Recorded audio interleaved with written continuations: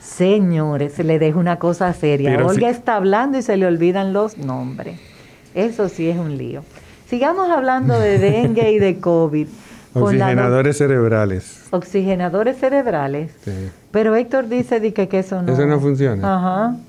Es un placebo. Dice Héctor, pero tú sabes que con él uno nunca sabe. Entonces... Sí, porque él tiene algunos métodos terapéuticos que no convencionales. Que no convencionales. Bueno, pero porque él es un genio. Él se puede dar ese lujo. Tú sabes que un genio era el amigo de Condorito, ¿eh?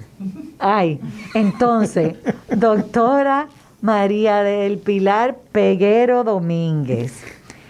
El dengue, dice el amigo Edward, puede desencadenar hepatitis, insuficiencia hepática, encefalopatía, miocarditis, hemorragias severas y choque.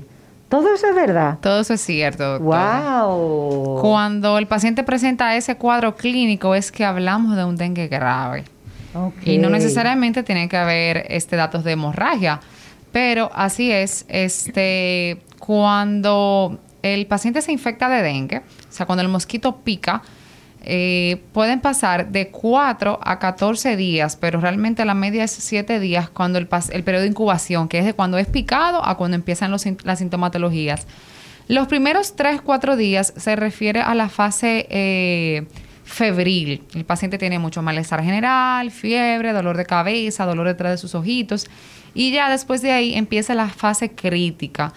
La fase crítica hace referencia, así mismo como dice su nombre, a el momento más crítico en donde aquellos pacientes que pueden hacer una gravedad por dengue empiezan a tener ese tipo de manifestaciones. Resulta que sabemos que las arterias y las venas son la tubería, los tubitos que llevan la sangre y mueven la sangre hacia el corazón y desde el corazón. Entonces, el virus del dengue en algunos pacientes lo que hacen es que una capita que tienen esas tuberías, que se llama endotelio, la afecta y hace que sea como un coladorcito y que la sangre salga de esas tuberías a otros espacios donde no deben de estar. Entonces hacen una extravasación.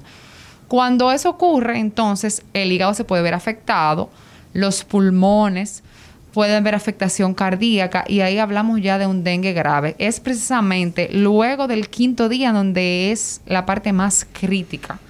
Entonces, generalmente ahí desaparece la fiebre y el paciente cree que está mejor, pero es en donde vienen las complicaciones a los órganos internos. Entonces, ojo con eso, porque ahí las personas pueden relajar sus medidas, aunque no hay un tratamiento definitivo para el dengue, pero pueden pensar que están bien cuando puede estar haciendo fallas en sus órganos. Una pregunta, doctora. Usted sabe que una de las presentaciones que ven en los laboratorios es la disminución de las plaquetas. Exacto.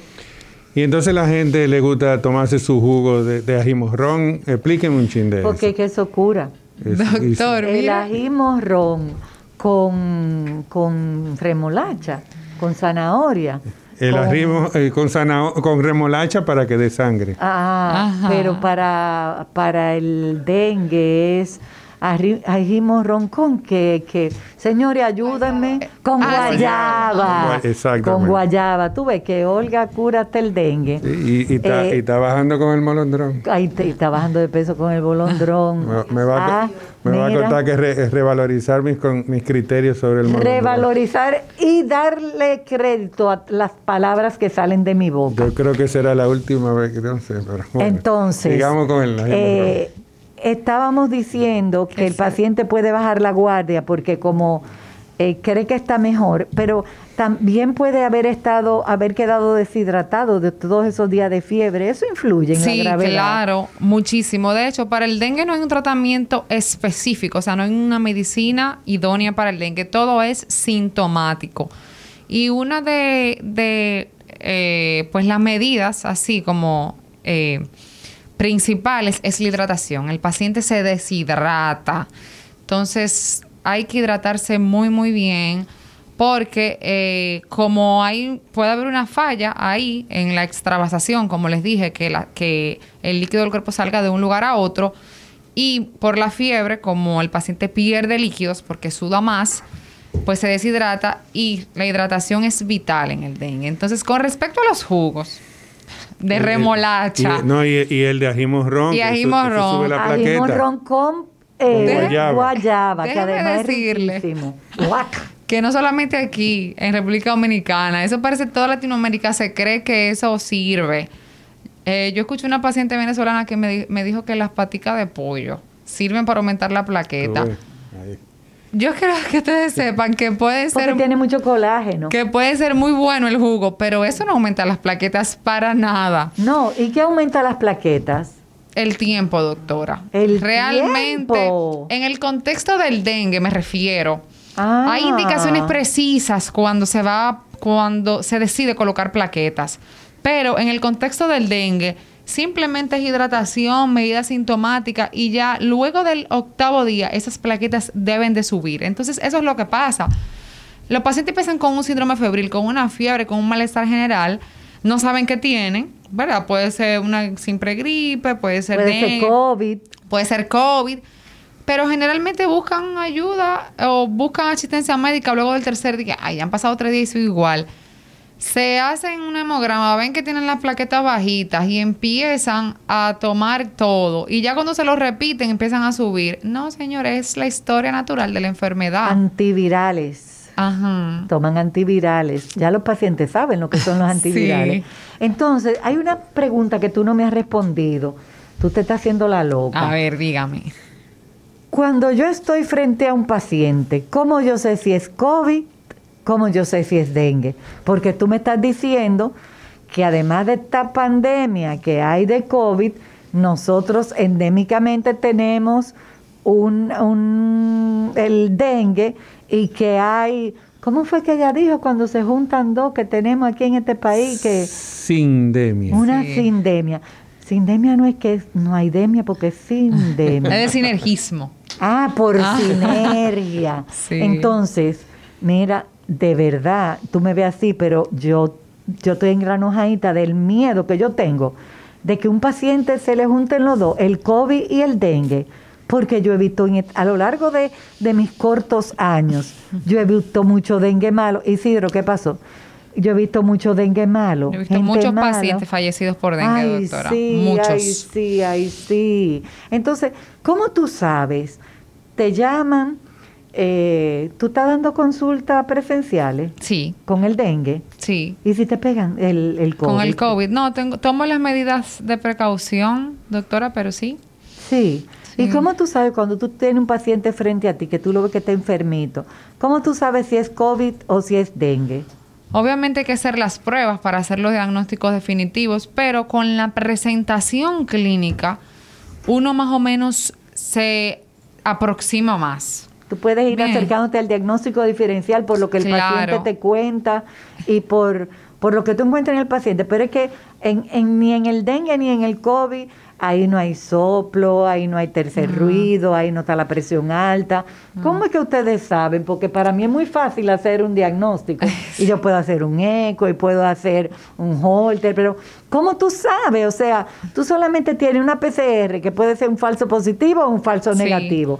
Tú tienes un hemograma que las plaquetas pueden estar altas o pueden todavía no haber bajitas, pero pueden todavía no estar en niveles críticos. ¿Cómo tú llegas a ese diagnóstico sin equivocarte? Y agregándole a eso, doctora, que al principio de la pandemia, para mayo del año pasado, se describió bastante bien en China de que algunos pacientes cuando tienen COVID pueden positivizar los anticuerpos para dengue. ¿Tú estás Entonces viendo, ahí José? se pone la cosa Usted lo dijo que eso fue bien hecho. peor. Ahí la cosa se pone peor para el clínico, pero sí, mire, por ejemplo, en el COVID puede haber más compromiso respiratorio. Entonces, por ejemplo, hacer una radiografía nos puede ilustrar, porque hay imágenes características en una neumonía viral y en el dengue cuando hay implicaciones respiratorias, generalmente lo que hay es agua en el pulmoncito, que en el COVID no se da. Ok. Entonces, la presentación de la fiebre es distinta. En el dengue es más persistente la fiebre, en el COVID no. Ok. El malestar general que da en el dengue es más marcado. El dolor de hueso y de las articulaciones, que el paciente se postra, no se quiere levantar de la cama, es más marcado. En el dengue sí hay, pero el paciente sí camina, deambula, y eso como que nos da como que una alarma. Entonces, en el dengue hay también el dolor de cabeza, se acompaña mucho del dolor retroocular o en los ojos, detrás de los ojos, dice en el paciente. Sí. En el COVID es un dolor de cabeza que no tiene ninguna característica, o sea, es como parte del malestar. Ay, me duele la cabeza. En el dengue, aunque en el COVID hay manifestaciones cutáneas en la piel, en el dengue es más marcado. O sea, aparecen como unos sarpulliditos. Unas petequias. Ajá, exactamente. Sobre todo en las piernas y en el tórax, en el pecho y en la espalda. Y en el COVID no es tan característico. El COVID tiene manifestaciones neurológicas como que la persona deja de oler, no todos, pero también nos sirve como para diferenciar y deja de percibir los sabores. En el dengue no es una entidad clínica que se presenta. Entonces, empezando por ahí, obviamente, con la sintomatología en medicina las cosas nunca, 2 y 2 son 4, nunca. Porque yo he visto pacientes con mucho malestar general, artralgia y mialgia, y de repente lo que tienen es COVID. Y yo pensaba en un dengue. Pero la clínica siempre más o menos orienta, ¿no? Y la presentación, saber también que un paciente tuvo contacto con un sintomático respiratorio me hace pensar más en COVID. Y también preguntarle al paciente sobre su comunidad. Mire, ¿de qué sector viene? ¿Hay casos de dengue allá?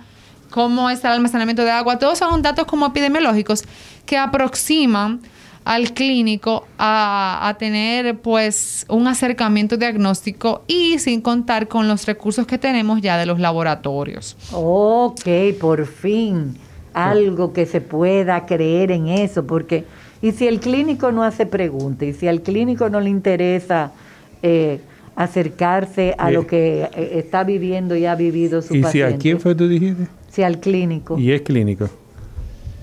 Ah, verdad. Ese no es clínico. Ese no es clínico. Doctora, cuando usted dijo el dolor retroocular, ajá, eso es casi como lo que le pasa a uno con la resaca. José, bueno, doctor, yo no tomo, entonces no le puedo decir. Yo tampoco, ni Olga tampoco, así que te quedaste sin respuesta. ¿Te quedaste sin respuesta? Mira, Edward está haciendo su tarea. Y Edward dice que es simple diferenciar el dengue del COVID. Y es con la respiración. En el COVID se afecta la respiración y en el dengue no. Pero yo he visto muchos pacientes con COVID que no se le ha afectado la respiración. No, pues ahí tengo que aclararle algo a Edward. En el contexto del COVID, realmente, el 80%, el 81% de los pacientes que tienen COVID tienen síntomas leves o son asintomáticos. Afortunadamente, la minoría es la que tiene sintomatología ya más importante y que hace... Pero ¿cómo tú dices la minoría, María del Pilar? Cuando en el mundo hay tantas familias que se han quedado sin alguno de sus miembros porque murió de COVID. Sí, doctora, pero vamos a suponer, si tenemos 100 personas que sufrieron de COVID, 80 van a tener síntomas leves, 15 van a estar hospitalizados y de esos 5 van a caer tal vez en ventilación mecánica, en falla multiorgánica. Entonces, a pesar de que tiene un impacto epidemiológico importante, estadísticamente y afortunadamente es la minoría de los pacientes que se infecta. Hay un montón de pacientes incluso que son los más peligrosos porque lo transmiten, que están asintomáticos y que solamente por curiosidad, por el morbo que puede presentar, ay, me voy a hacer una prueba de dengue, sí, de los anticuerpos, ahí sale positiva y no supo, pero a lo mejor tenía contactos de riesgo, la mamá, el abuelito, el vecino, que sí es vulnerable. Entonces, con respecto a la duda de Edward, o lo que él ahí aclara, el dengue en su presentación grave o complicada sí puede tener afectación de pulmón. No hace una inflamación del pulmoncito, como en el caso de la neumonía por COVID, pero sí puede causar edema. Entonces, ahí es como la diferencia. En el COVID no hay edema pulmonar. O sea, no hay agua en los pulmones. En el dengue, cuando hace una complicación, ya un dengue grave, y ahí sí es temeroso, es porque los pulmones, al pasarse el líquido de un espacio a otro, llega al pulmón y hay afectación en el pulmón. O sea que no nos confiemos en que nosotros sabemos. Ay, vamos a los médicos, señores. Hay gente que no son clínicos, dice José, pero eso porque le mala fe. El médico estudió medicina para salvar la vida de su paciente. Y lo primero que hace un médico es no dañar. Ese es el principio básico de la medicina, no dañar. ¿Y cómo usted no daña a un paciente? Haciendo todo lo que esté a su alcance para tener un diagnóstico acertado, para saber qué realmente es lo que le está pasando a su paciente. Porque solamente teniendo usted el diagnóstico adecuado es que usted va a poder implementar el tratamiento que ese paciente lleva. Si no, usted lo que está haciendo es daño. Y recuerden eso, lo primero en medicina es no dañar. Isidro quiere una pausa.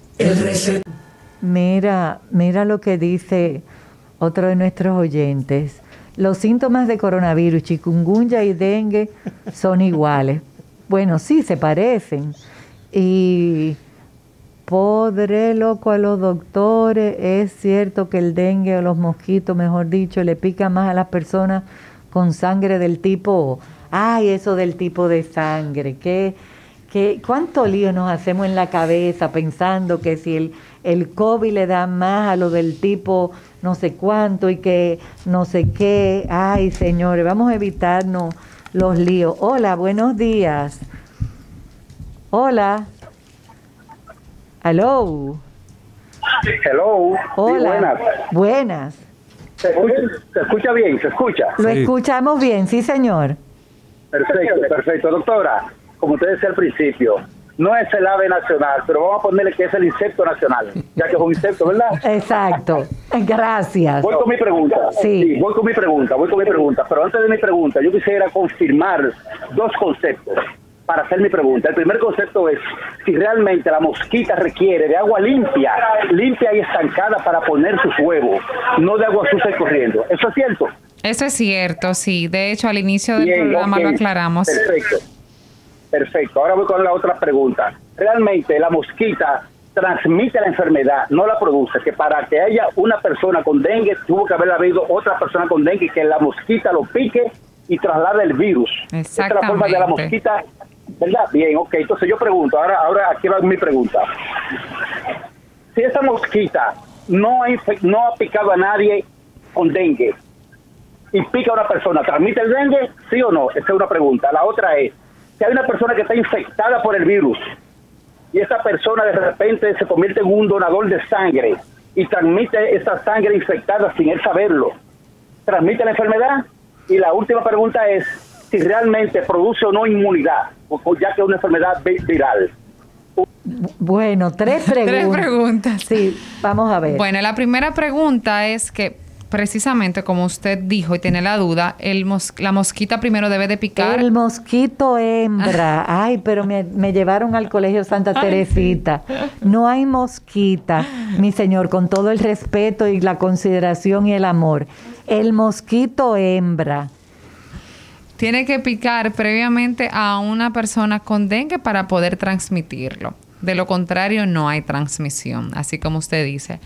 La segunda pregunta, ¿cuál era? Que si, me recuerdo la del donante, que si un donante que tiene en ese momento dengue transmite la enfermedad al donar su sangre. No lo transmite. Recuerden que hay protocolos para hacer donación de sangre y antes de usted poder donar sangre le hacen pruebas, ¿no? Entonces le hacen una biometría, un hemograma. Entonces si hay algún cambio ahí, las plaquetas están ligeramente bajas. Pero si no se lo hacen por la razón que sea, ¿se transmitiría? No se transmite, doctora, no se transmite. Okay. Y la última pregunta que él dijo era de los anticuerpos.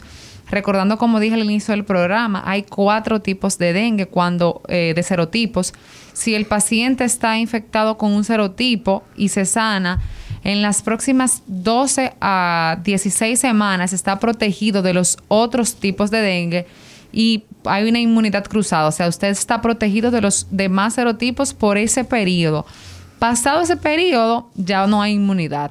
Solamente se le deja la inmunidad del serotipo que le dejó. O sea, si usted lo picó el dengue tipo 1, usted en los próximos 3, 4 meses queda protegido con el serotipo 2, 3 y 4. Aquí hasta el momento en República Dominicana tenemos del 1 al 3. Y después de esos 4 meses, usted ya no tiene inmunidad contra los serotipos 2 y 3. Solamente le queda el del serotipo 1, que fue el que lo enfermó. Por eso decimos que nos puede dar dengue 4 veces en la vida. 4 veces en la vida. Hola, recetario, buenos días. Buenos días, bendición y salud para todos. Amén. Doctora, pero a mí me acaba de dar vuelta la cabeza con lo que te acaba de explicar. ¿En qué sentido? Mosquito, escúcheme. El mosquito hembra. La hembra del mosquito.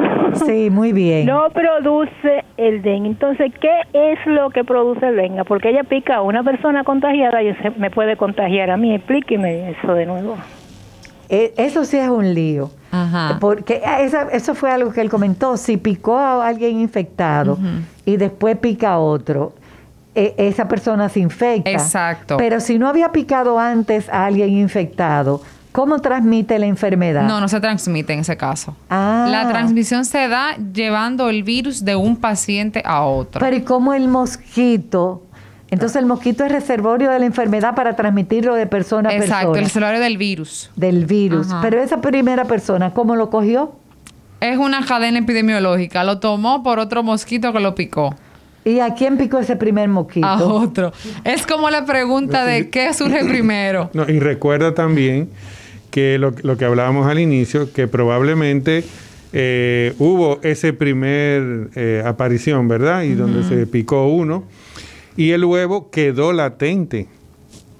Se acabó el momento epidemiológico del dengue, pero el huevo quedó latente. Cuando se vuelven a dar las condiciones, donde otra vez ese huevo con el mosquito que ya lo tiene eclosiona, entonces obviamente ahí vuelve otra vez a picar y a seguir y hacer la reproducción. Gracias por esa explicación, porque es una duda que muchos tenemos.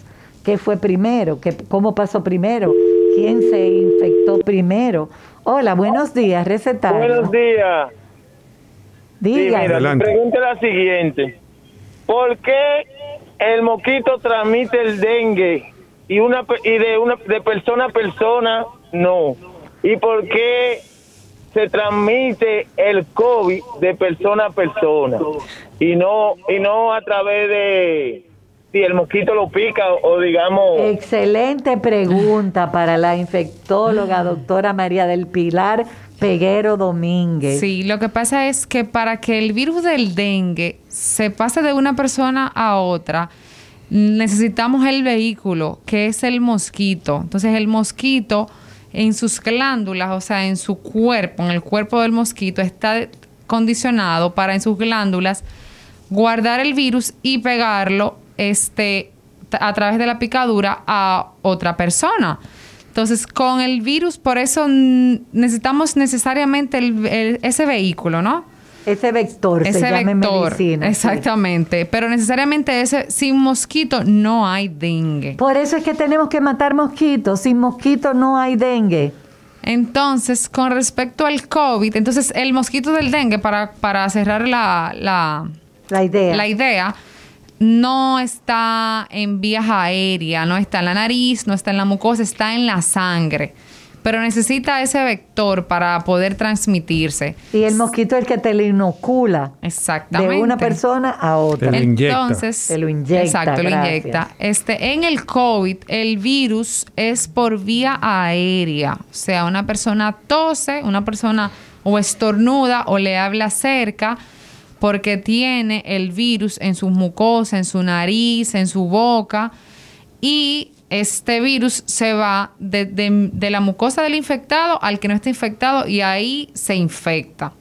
Entonces, por eso las vías de transmisión son diferentes. Entonces, en el caso del COVID, no se necesita un vehículo como es el caso del dengue. Sí, se necesita la saliva, los mocos. Exactamente, pero no un vector y como el dengue, ¿no? Entonces es de una mucosa a otra.